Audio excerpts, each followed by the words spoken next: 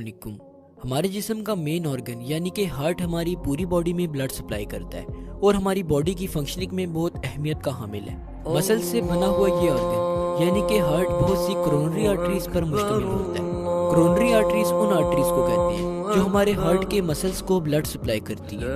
اگر کسی بھی وجہ سے کرونری آرٹری میں کوئی بلاکیج کریٹ ہو جائے تو ہارٹ کے مسلز کو خون نہیں ملتا اور کانسیکوئنٹلی ہارٹ اپنا فنکشن پرفارم کرنا سٹاپ بھی کر سکتا ہے۔ اسی لیے جیسے ہی کرونری آرٹری میں کوئی بلاکیج ہو تو اسے فوراً ریزالو کیا جاتا ہے۔ اسے ریزالو کرنے کے بہت سے طریقے ہیں جن میں سے ایک ہارٹ بائی پاس سرجری ہے۔ اس سرجری کو ہم اوپن ہارٹ سرجری بھی کہتے ہیں اور اسے صرف کارڈیک سرجنز ہی پرفارم کر سکتے ہیں۔ اس سرجری کے دوران سرجنز پیشنٹ کی چیسٹ کو اوپن کرتے ہیں اور ہارٹ کے اس حصے کو تلاش کرتے ہیں جس کی ورکنگ میں مسئلہ آ رہا ہے۔ اس دنیا میں کی جانے والی سب سے پہلی ہارٹ بائی پاس سرجری 2 مئی 1960 میں کی گئی۔ یہ سرجری یونائٹڈ اسٹیٹس کے Albert Einstein college of medicine Bronx municipal hospital میں کی گئی اور اسے پرفارم کرنے والے سرجنز رابرٹ ایچ گوئٹس اور مائیکل روہمن تھے۔ بائی پاس سرجری کے دوران باڈی کے کسی بھی پارٹ سے آرٹری یا وین کٹ کی جاتی ہے اور اسے بلاکڈ کرونری آرٹری کی جگہ پلیس کر دیا جاتا ہے۔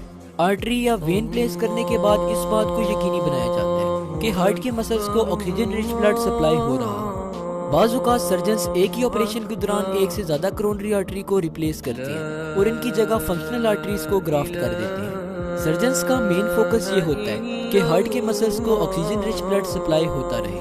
بائی پاس آپریشن کے بعد پیشنٹ کو جنرل اینستھیسیا دی جاتی ہے۔ جنرل اینستھیسیا ایک ڈرگ ہے جسے انٹراوینسلی پیشنٹ کی باڈی میں انسرٹ کر دیا جاتا ہے۔ اس ڈرگ کی وجہ سے پیشنٹ کی باڈی انکانشیس کنڈیشن میں رہتی ہے اور اسے پین کا احساس نہیں ہوتا۔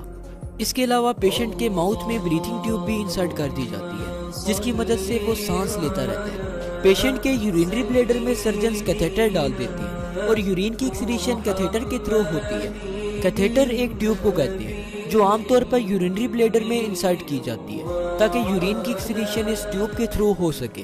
Coronary artery by pass surgery کا پروسیس عام طور پر سرجنز 3 سے 6 گھنٹوں میں مکمل کرتے ہیں۔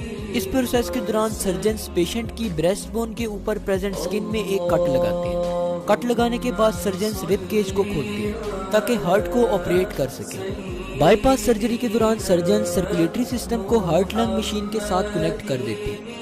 ہارٹ لنگ مشین ٹیمپریری طور پر ہماری باڈی میں ہارٹ اور لنگز کے فنکشن کو پرفارم کرتی ہے۔ اس مشین کی وجہ سے ہارٹ کا فنکشن کچھ دیر کے لیے سٹاپ ہو جاتا ہے اور سرجنز آرٹریز یا وینز کا گرافٹ بلاکڈ کرونری آرٹری کی جگہ پلیس کر دیتے ہیں۔ گرافٹ کے طور پر جو آرٹریز یوز کی جاتی ہیں ان میں چیسٹ میں پریزنٹ تھروسک آرٹری اور لیگ میں پریزنٹ سفینس وین شامل ہیں۔ سرجنز ان گرافٹ آرٹریز یا وینز کو بلاکڈ کرونری آرٹری کی جگہ سیو کر دیتے ہیں۔ گرافٹ آرٹری کو سیکیورلی پلیس کرنے کے بعد سرجنز ہارٹ کو الیکٹریکل سگنل پرووائڈ کرتے ہیں تاکہ ہارٹ بیٹ کو ریسٹور کیا جا سکے۔ اس کے علاوہ سرجنز ہارٹ کے ساتھ آرٹیفیشل پیس میکر بھی کنیکٹ کر دیتے ہیں تاکہ ہارٹ کی الیکٹریکل ایکٹیویٹی نارمل طریقے سے پرفارم ہو سکے۔ آپریشن کمپلیٹ ہو جانے کے بعد ہارٹ لنگ مشین اور آرٹیفیشل پیس میکر کو ڈسکنیکٹ کر دیا جاتا ہے۔ سرجنز رب کیج کو کلوز کرتے ہیں اور ساتھ ہی سکن میں لگائے گئے کٹ کو بھی سیو کر دیتے ہیں۔ سرجری کے فوراً بعد پیشنٹ کو انٹینسیو کیئر یونٹ یعنی کہ ICU میں شفٹ کر دیا جاتا ہے۔ سرجری کے بعد کچھ ویکس تک ہارٹ کی ایکٹیویٹی کو پراپرلی مانیٹر کیا جاتا ہے تاکہ اگر کسی بھی قسم کا ڈیفالٹ آئے تو اسے فوراً سے ہی ڈیٹیکٹ کر دیا جائے۔ جب پیشنٹ اپنے طور پر سانس لینے کے قابل ہو جائے تو اس کے ماؤتھ سے بریتھنگ ٹیوب کو ہٹا دیا جاتا ہے اور بریتھنگ ٹیوب کی جگہ آکسیجن ماسک لگا دیا جاتا ہے۔ کیتھیٹر جسے آپریشن سے پہلے یورینری بلیڈر میں لگایا گیا تھا اسے بھی آپریشن کے 3 سے 4 دن بعد نکال دیا جاتا ہے۔ اب ہم کچھ ایسی کمپلیکیشنز کو ڈسکس کریں گے جو اوپن ہارٹ سرجری کو سکسیسفل ہونے سے روکتی ہیں۔ ڈاکٹرز اگر ان میں سے کسی بھی کمپلیکیشنز کو ڈائگنوز کر لیں تو وہ پیشنٹ کی اوپن ہارٹ سرجری کو کرسپونڈ کر دیتے ہیں۔ ان کمپلیکیشنز میں ڈائبٹیز، امفائسیما اور کڈنی ڈیزیزز شامل ہیں۔ ڈائبٹیز کو عام زبان میں شوگر کی بیماری کہتے ہیں جبکہ امفائسیما ایک لنگ ڈیزیز ہے۔ اوپن ہارٹ سرجری کے بعد پیشنٹ کو جن چیزوں کا رسک ہوتا ہے ان میں bleeding, blood clot, chest pain, infection, heart attack اور کڈنی فیلئر وغیرہ شامل ہیں۔ اوپن ہارٹ سرجری سے پہلے جن ٹیسٹ کو کیا جاتا ہے ان میں blood test, chest X ray, الیکٹروکارڈیوگراف اور اینجیوگرام وغیرہ شامل ہیں۔